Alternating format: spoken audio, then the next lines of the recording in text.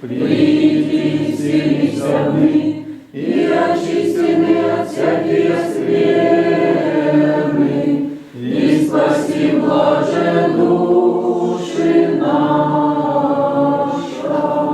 Все, спаси Господи. Сейчас мы попросим наших дорогих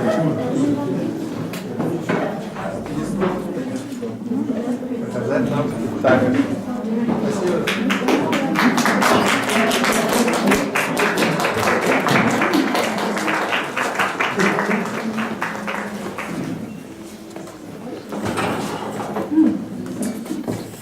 Еще раз обращаемся к Александру Сергеевичу Пушкину. Я не знаю, как для настоящего поколения, для нас все его друзья, наши друзья, все его знакомые, наши знакомые, все беды и радости их, наши беды и радости. И знаете, что даже в блокаду истощенные люди приходили поминать Александра Сергеевича Пушкина, когда была его память, и тут, в этом дворе, где стоит памятник Александру Сергеевичу, собирались ежегодно. Нам недавно удалось познакомиться с одним человеком, то есть уже мы были в музее его. Это священник, священнослужитель, филолог, философ. И он сказал такую фразу: Господь жалился над Россией и дал ему Пушкина. Действительно, в каждой шутке даже такая глубина, такая удивительное приобщение к тому божественному миру, которое открывается, может быть, потом, с возрастом. Дети пока еще не могут взять всего объема. А потом с возрастом Пушкин все время открывается и открывается. Сколько поэтов, композиторов, музыкантов обращались к поэзии Александра Сергеевича и к прозе. И вот сегодня у нас будет звучать Александр Сергеевич Пушкин и современник наш Георгий Васильевич Свиридов, тоже гений. Итак, Александр Сергеевич Пушкин, Георгий Васильевич Свиридов, «Метель».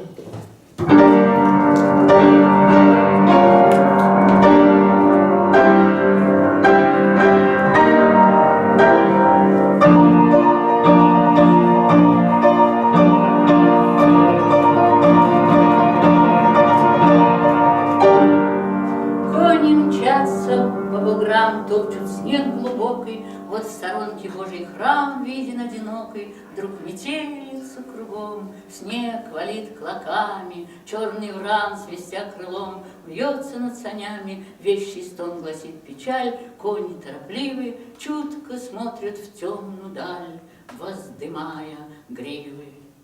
Из Жуковского.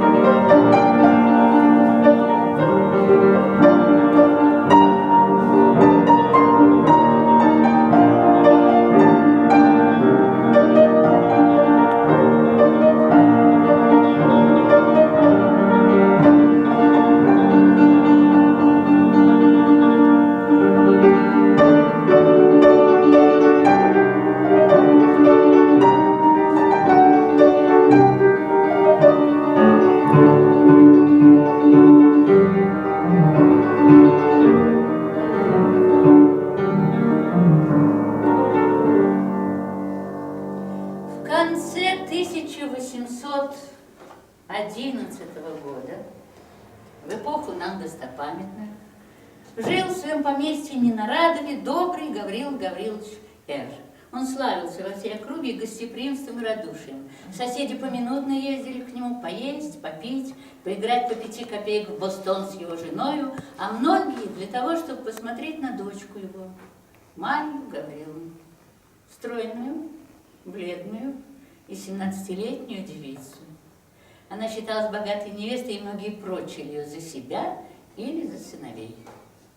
Марья Гавриловна была воспитана на французских романах и, следственно, была влюблена.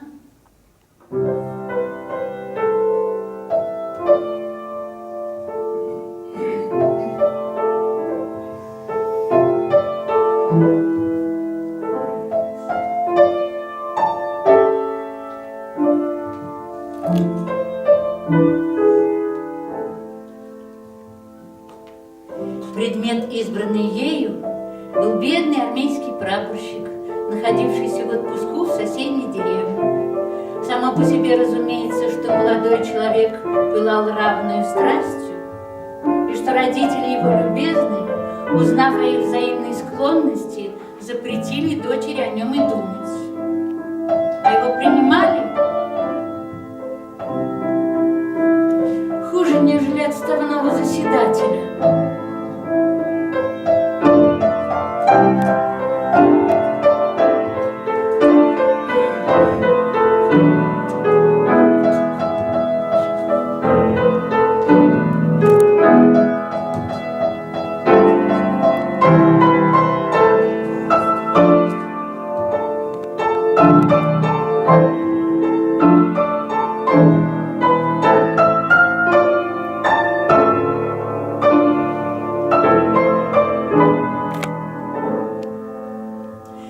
Любовники были в переписке и всякий день встречались наедине в сосновой роще или у старой часовни.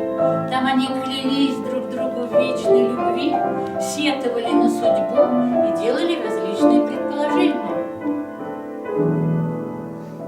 Переписывались и разговаривали таким образом они, что весьма естественно пришли к следующему заключению: если мы друг без друга дышать не можем, а воля жестоких родителей препятствует нашему благополучию, то нельзя ли нам обойтись без нее?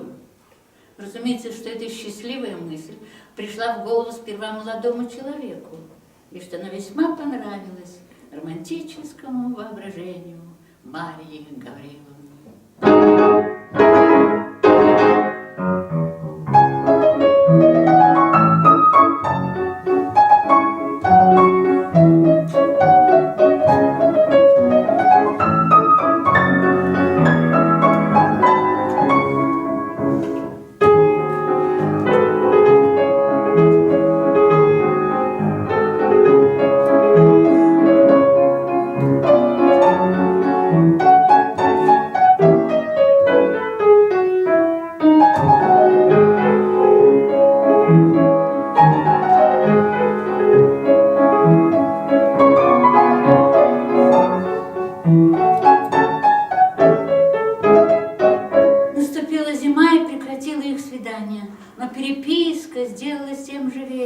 Владимир Николаевич в каждом письме умолял ее предаться ему, венчаться тайно, скрываться некоторое время, а потом броситься к ногам родителей, которые, конечно же, будут тронуты героическим постоянством и несчастьем любовников и скажут им непременно: «Дети, придите в наши объятия».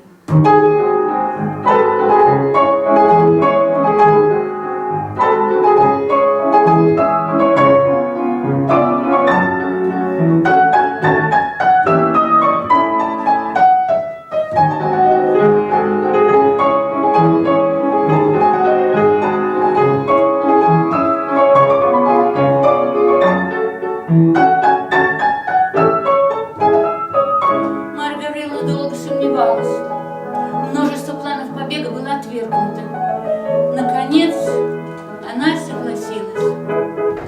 В назначенный день она должна была не ужинать и удалиться в свою комнату под предлогом головной боли. Девушка была ее в сахаре, обе они должны были пройти в сад через заднее крыльцо, за садом найти готовые сани, садиться в них и ехать за 5 верст от Ненарадова в село Жадрино, прямо в церковь, где уж Владимир должен был их ожидать.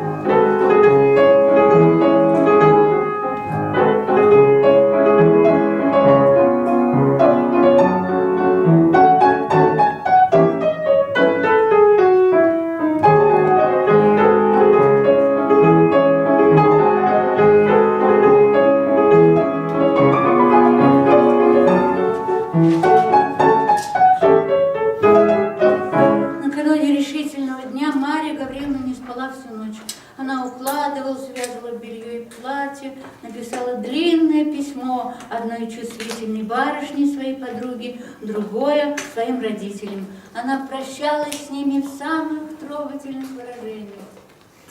Извиняла свой проступок неодолимую силою страсти и оканчивала тем, что блаженнейшую минуту жизни почтет она ту, когда позволено ей будет броситься к ногам дрожащих ее родителей. Запечатав оба письма, тульскую печатку, на которой были изображены два пылающих сердца с приличной надписью, она бросилась на постель перед самым рассветом и задремала. Но и тут постоянные мечтания поминутно ее пробуждали. То виделось ей, что в ту минуту, когда она садилась в сани, чтобы ехать венчаться, отец ее останавливал ее, с невыразимой быстротой тащил ее по снегу и бросал в темное, бездонное подземелье. И она летела стремглав, с неизъяснимым замиранием сердца. То видела она Владимира, лежащего на траве, бледного, окровавленного. Он, умирая, умолял ее пронзительным голосом поскорее с ним обвенчаться. Другие безобразные, бессмысленные видения проносились перед ней одно за другим. Наконец она встала, бледнее обыкновенного и с непритворной головной болью. Отец и мать заметили ее беспокойство, их постоянные вопросы: «Что с тобой, Маша? Не больна ли ты, Маша?» Раздирали ей сердце. Она старалась их успокоить, казаться веселой, и не могла.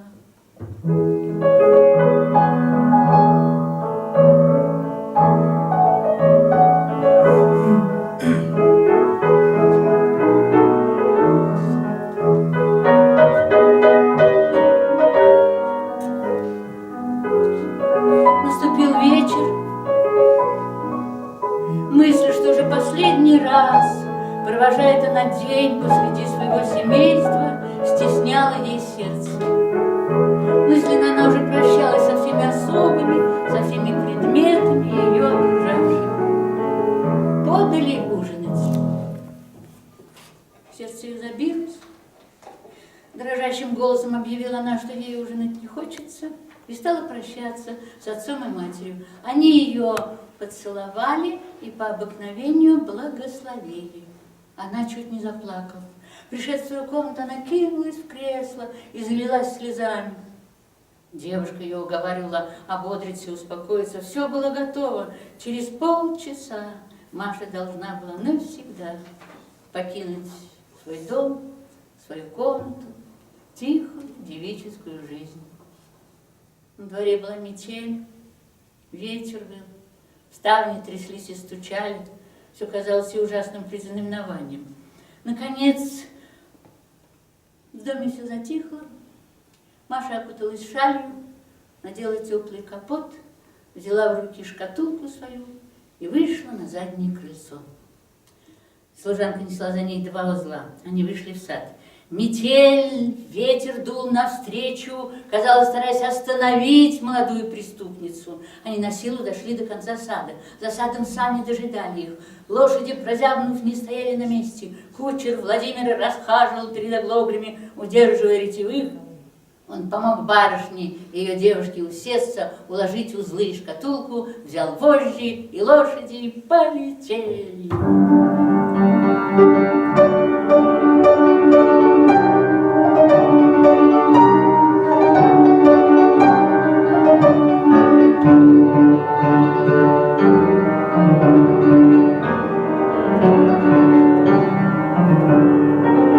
Поручив барышню попечению судьбы и искусству Терешки Кучера, обратимся к молодому нашему любовнику.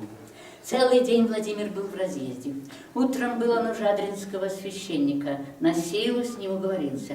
Потом поехал искать свидетелей между соседними помещиками. Первый, кому явился он, отставной 40-летний корнет Дравин, согласился с охотою. Это приключение, уверял он, напоминало ему прежние времена и гусарские проказы. Он уговорил Владимира остаться отобедать и заверил его, что за 2 другими свидетелями дело не станет. В самом деле, тотчас после обеда явились землемер Шмидт в усах и шпорах и сын капитана-исправника мальчик лет 16, недавно поступивший в Улан. Они не только приняли предложение Владимира, но даже клялись в готовности жертвовать для него жизнью. Владимир обнял их с восторгом и поехал домой приготовляться. Уже давно смеркалось. Владимир отправил своего надежного Терешку со своей тройкою и подробным обстоятельным наказом, а для себя велел заложить маленькие сани в одну лошадь, и один, без кучера, поехал в Жадрино, куда часа через 2 должна была приехать Марья Гавриловна. Дорога была ему знакома, а езды всего 20 минут.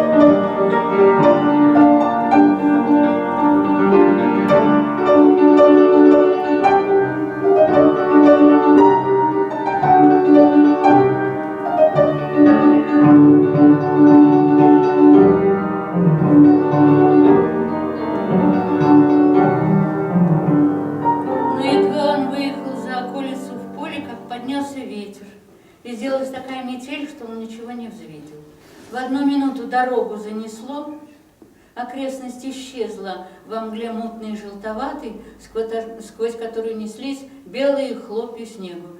Небо слилось с землей. Владимир очутился в поле и напрасно хотел снова попасть на дорогу. Лошадь ступала на удачу, постоянно то въезжала на сугроб, то проваливалась в яму. Сани поминутно опрокидывались. Владимир старался только не потерять настоящего направления, но ему казалось, что прошло уже более получаса, однако он не доезжал еще до Жадринской рощи. Прошло еще около 10 минут. Рощи было не видать. Метель не унималась, лошадь начала уставать, а с него пот катился градом, несмотря на то, что он поминутно был по пояс в снегу.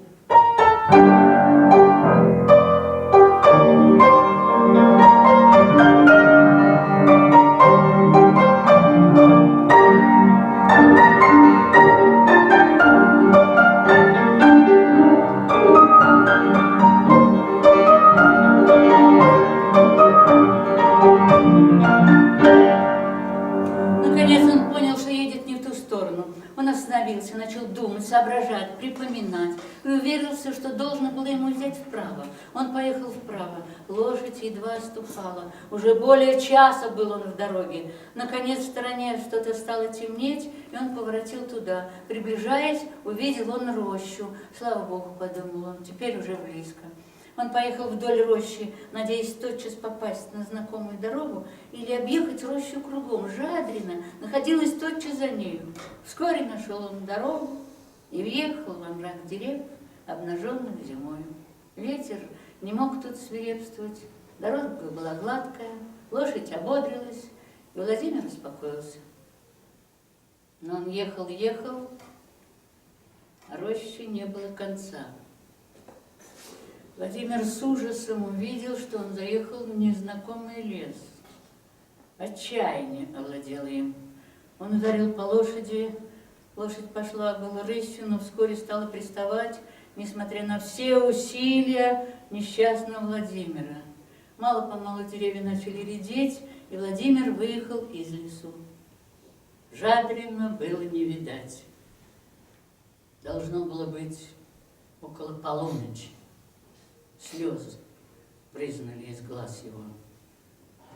Он поехал на удачу. Метель утихла, небо прояснилось. Перед ним лежала равнина, усланная белым волнистым ковром. Ночь была довольно ясна. Он увидел деревушку, состоящую из 3 или 4 домов, и обратил к ней. Около первой избы он выскочил из саней, подбежал к окну и стал стучаться. Через несколько минут деревянный ставень поднялся, и старик высунул свою седую бороду. Что тебе надо? Далеко ли до Жадрина? Жадрин-то далеко ли? Далеко ли? Да. Да, верст 10 будет. При всем слове Владимир схватил себя за голову и остался недвижим, как приговоренный к смерти. «А откуда ты?» – спросил старик. Владимир не имел духа отвечать на вопросы. «Можешь ли ты мне достать лошадей даже один?» «Ну, какие у нас лошади?» «Ну, не могу взять хотя бы проводника. Я заплачу, сколько ему будет угодно». «Постой, я тебе сына вышлю», – сказал старик, опуская ставень. Владимир стал дожидаться. Не прошло и минуты, он опять стал стучаться. Ставень поднялся, борода показал, что тебе надо. «Ну, где ж твой сын?» «Сейчас выйдет, обувается». «А ты, прозяб, зайди, погрейся». «Благодарю. Высылай скорее сына». Ворота заскрипели, парень вышел с дубиною и пошел вперед, то отыскивая, то указывая дорогу, занесенную снеговыми сугробами. «Который час?» – спросил Владимир. «Да уж скоро рассвенет», – отвечал молодой мужик. Владимир не говорил уже ни слова. Пели петухи, и было совсем светло, как достигли они Жадрина. Церковь была заперта. Владимир расплатился с проводником и поехал на двор к священнику. На дворе тройки его не было. Какое известие ожидало его!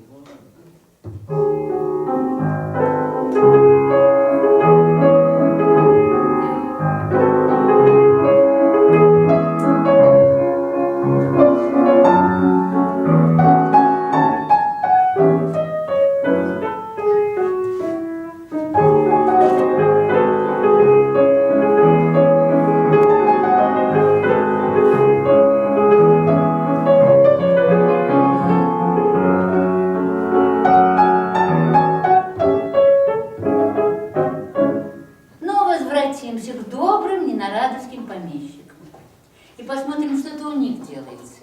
А ничего. Старики проснулись и вышли в гостиную. Гаврил Гаврилович в колпаке и байковой куртке.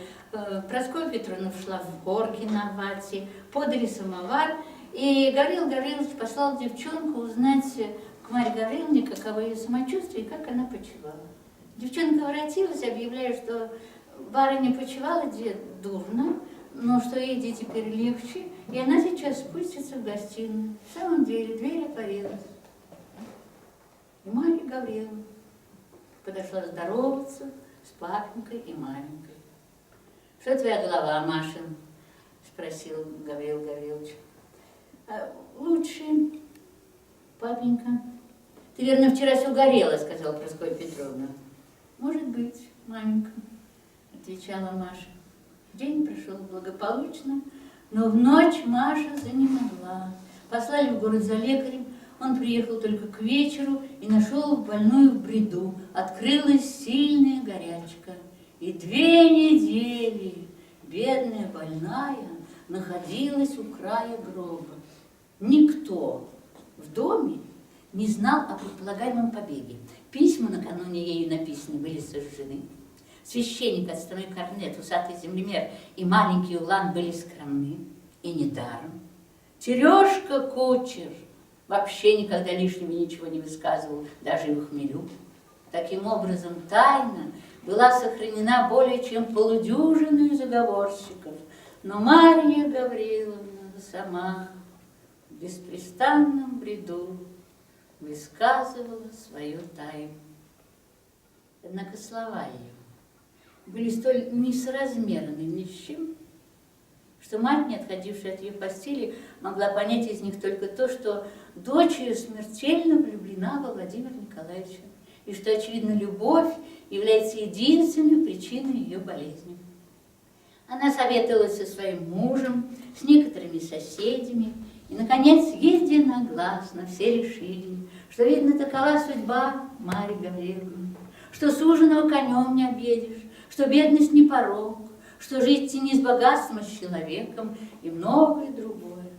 Нравственные поговорки бывают весьма полезны нам в тех случаях, когда мы сами от себя мало что можем выдумать себе в оправдание.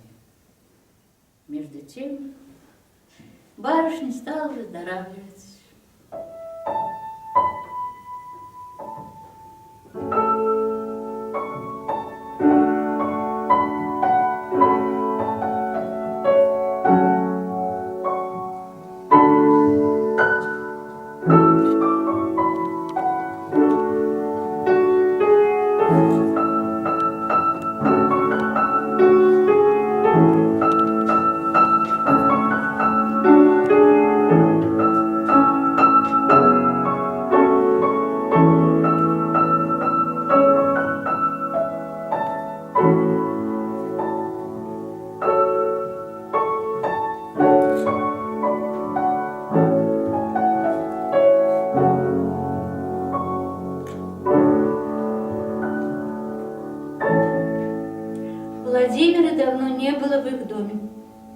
положили послать за ним и объявить неожиданное счастье, согласие на брак.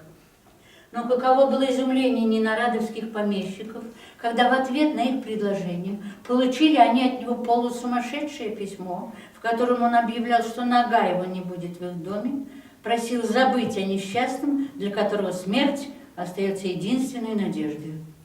Через некоторое время они узнали, что Владимир уехал в армию. Это было в 1812 году.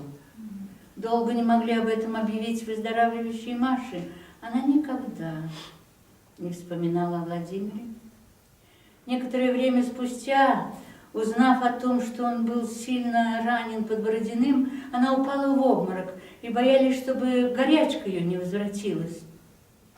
Однако, слава Богу, обморок не имел последствий.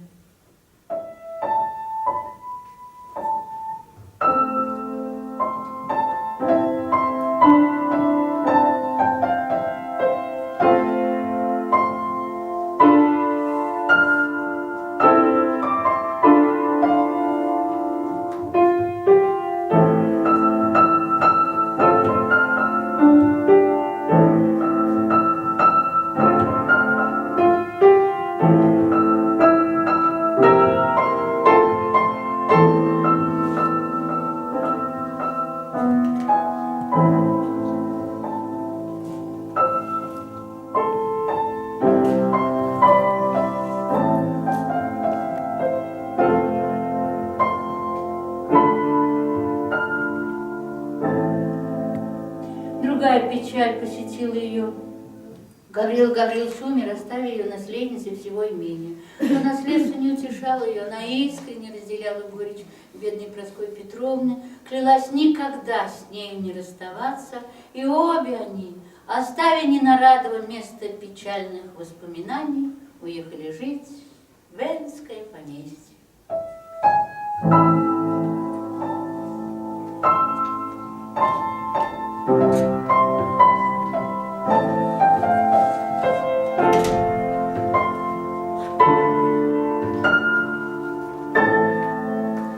Женихи кружили и тут около милой и богатой невесты. Но она никому не подавала ни малейшей надежды. Мать иногда уговаривала ее выбрать себе друга, но Марья Гавриловна молчала и покачивала головой. Владимир давно уже не существовало, он умер в Москве накануне вступления французов. Память о нем казалась священной для Маши. По крайней мере, она берегла все, что могло о нем напомнить. Письма некогда им написанные, ноты и стихи, переписанные для нее.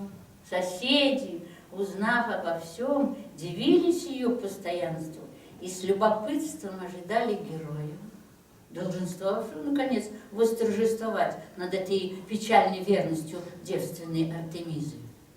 Между тем, война со славой была кончена.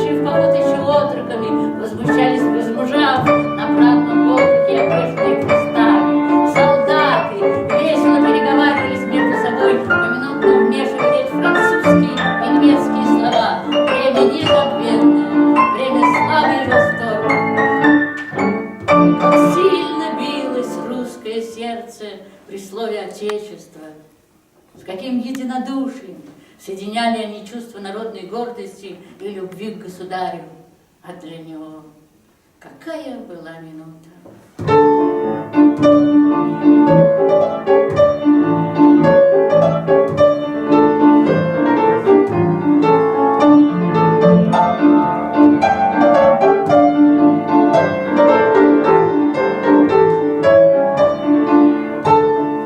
Женщины, русские женщины были тогда бесподобны. Обыкновенная холодность их исчезла.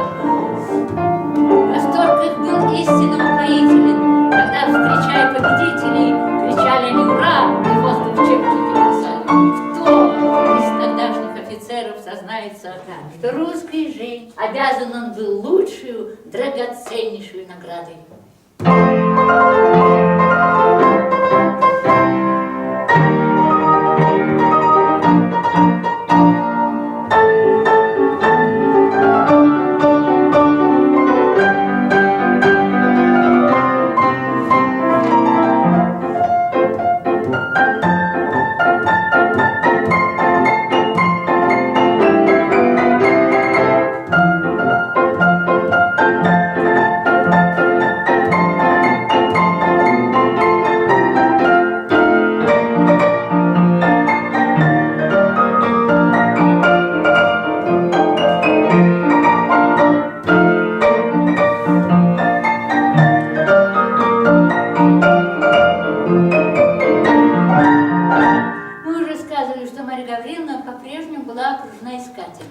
Но все должны были отступиться, когда явился в ее замке раненый гусарский полковник Бурмин. Георгием в петлице и с интересной бледностью, как говаривали тамошние барышни.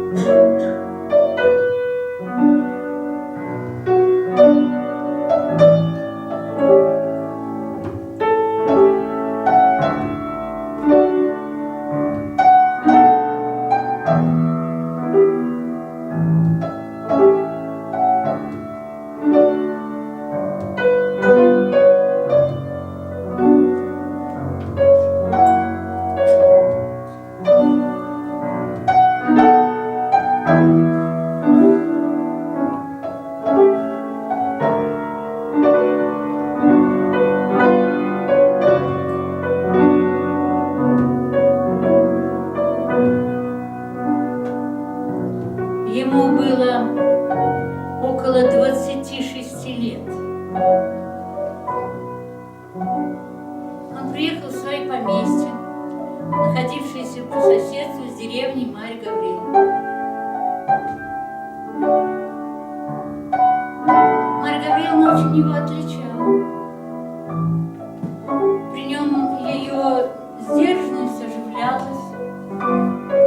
Нельзя было сказать, что она с ним кокетничала, но поэт, заметя ее поведение, мог сказать «se amor non è che dunque», что в переводе с итальянского означает «если это не любовь». Так что же?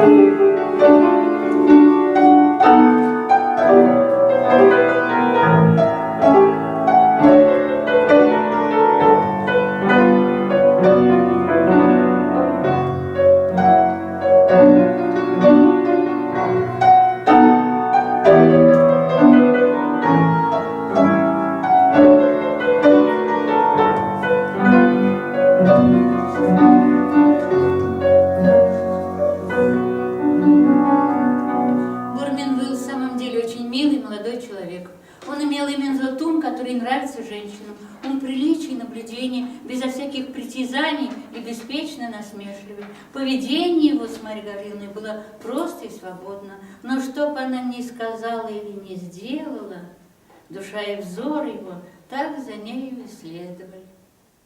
Он казался нрава тихого и спокойного, но молва уверяла, что некогда он был ужасным повесою. Это не вредило ему, по мнению Марьи Гавриловны, которая, как и все молодые дамы вообще, с удовольствием извиняла шалости, обнаруживающие смелость и пылкость характера. Но более всего, более его нежности, более его приятного разговора, более перевязанной руки, молчания молодого гусара, более всего подстрекало ее любопытство.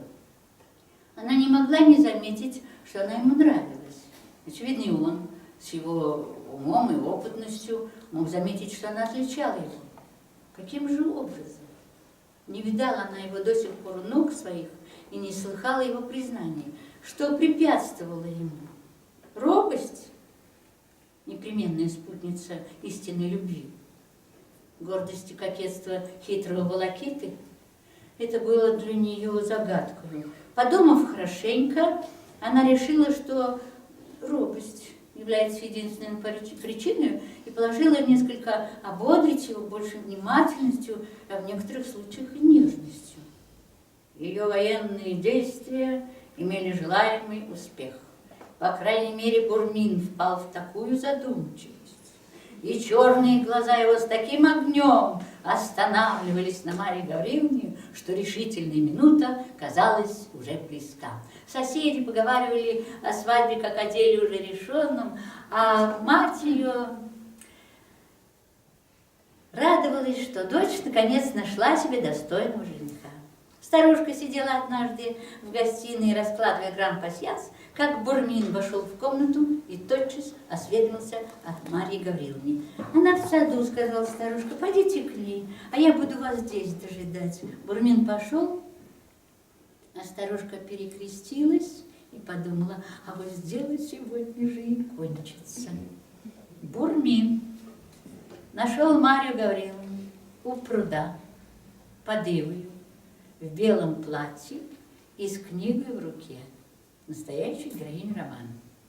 После первых же вопросов Марья Гавриловна нарочно перестала поддерживать разговор, усиливая тем самым взаимное замешательство, из которого можно было выйти только внезапным и решительным объяснением. Так и случилось. Бурмин, чувствуя затруднительность своего положения, объявил, что давно искал случая объясниться и потребовал минуты внимания. Марья Гавриловна закрыла книгу и потупила глаза в знак согласия. «Я вас люблю», — сказал Бурмин. «Я вас люблю страстно. Я поступил неосторожно, отдаваясь милой привычке видеть и слышать вас ежедневно. Теперь уже ничего не изменить. Теперь ваш милый, несравненный образ будет мучением и отрадою всей жизни моей. Но мне остается открыть вам ужасную тайну и положить между нами непреодолимую преграду. Она всегда существовала, живостью сказала Марья Гавриловна. Я никогда не могла быть вашей женой. Знаю, сказал Бурмин. Знаю, что некогда вы любили, но смерти 3 года сетования. Добрая, милая Марья Гавриловна, не старайтесь лишить меня последнего утешения. Мысль, что вы согласились бы сделать мое счастье. Не перебивайте меня. Я знаю, я чувствую, что вы были бы моею, но я несчастнейшее создание. Я женат. Марья Гавриловна посмотрела на него с удивлением. Я женат, сказал Бурмин. Я женат уже 4-й год и не знаю, где моя жена, кто она и должен ли я когда-нибудь свидеться с нею. Что вы говорите? Сказала Марья Гавриловна. Как это странно. Я расскажу после, но продолжайте, сделайте милость.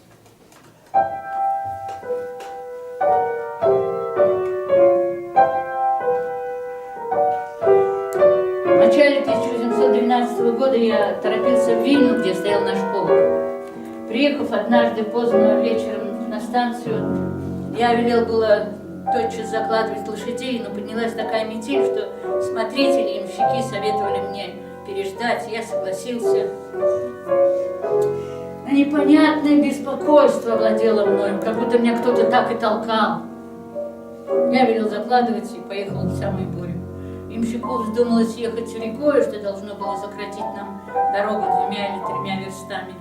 Берега были занесены. Он проехал мимо того места, где должен было сворачивать. Мы очутились в незнакомом месте. Мы приехали в незнакомую деревню. В деревянной церкви горел огонь. По паперти ходили люди, за оградой стояло несколько саней. Сюда, сюда, закричали нам. Я приказал подъехать. Выходи же скорее, закричал нам кто-то. Невеста в обмороке, поп не знает, что делать. Я вышел из саней и вошел в церковь, слабо освещенную 2 или 3 свечами. В углу сидела девушка, другая терла ей виски. Слава Богу, сказала Танасил, вы приехали, чуть барышню не уморили. Старый священник подошел ко мне. Прикажете начинать? Начинайте, начинайте, сказала я рассеянно. Девушку подняли. Она показалась мне не дурна, непонятная, непростительная ветренность. Я встал подле нее пред налоем. 2 мужчины и горничные были заняты невестой. Нас обвенчали. Поцелуйтесь, сказали нам. Я поворотился поцеловать бледное лицо жены моей. «Ай, не он!» – закричала она и упала в обморок.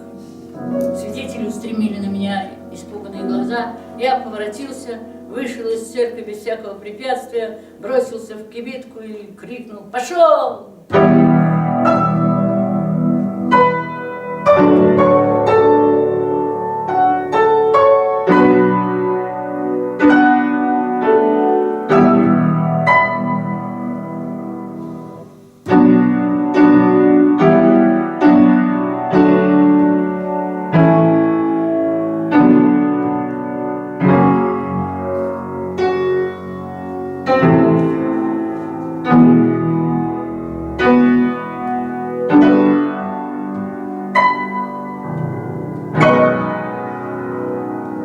«Боже мой!» – закричала Марья Гавриловна. «И вы не знаете, что сделалось с бедной вашей женою?» «Не знаю», – сказал Бурмин. «Не помню церковь, от которой отъезжал, не помню деревню. В то время я так мало придавал значения преступной моей проказе, что, отъехав от церкви, уснул и проснулся на 3-й станции на другое утро. Слуга, бывший тогда со мной, умер в походе. Так что я не имею малейшей возможности отыскать ту, над которой я подшутил так жестоко, и которая так жестоко теперь отмщена». «Боже мой!» — сказала Марья Гавриловна, схватив его руку. «Так это были вы? И вы не узнаете меня?» Бурмин побледнел и бросился к ее ногам.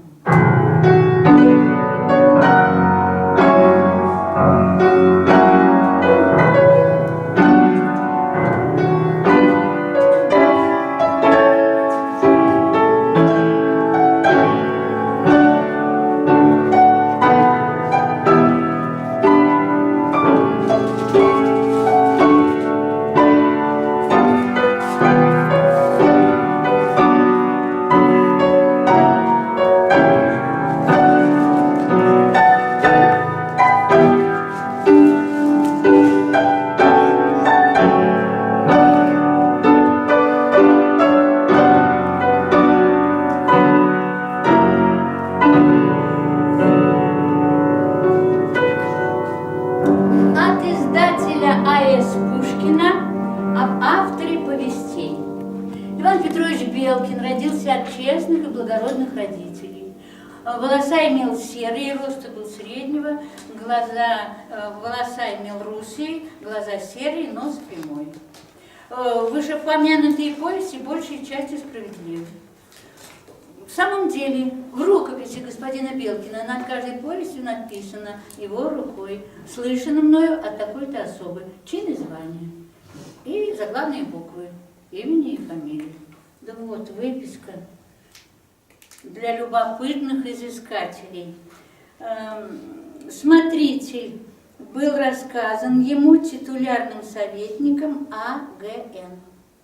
Выстрел подполковником ИЛП, гробовщик приказчиком БВ, барышня и метель девицею ЛНЗ.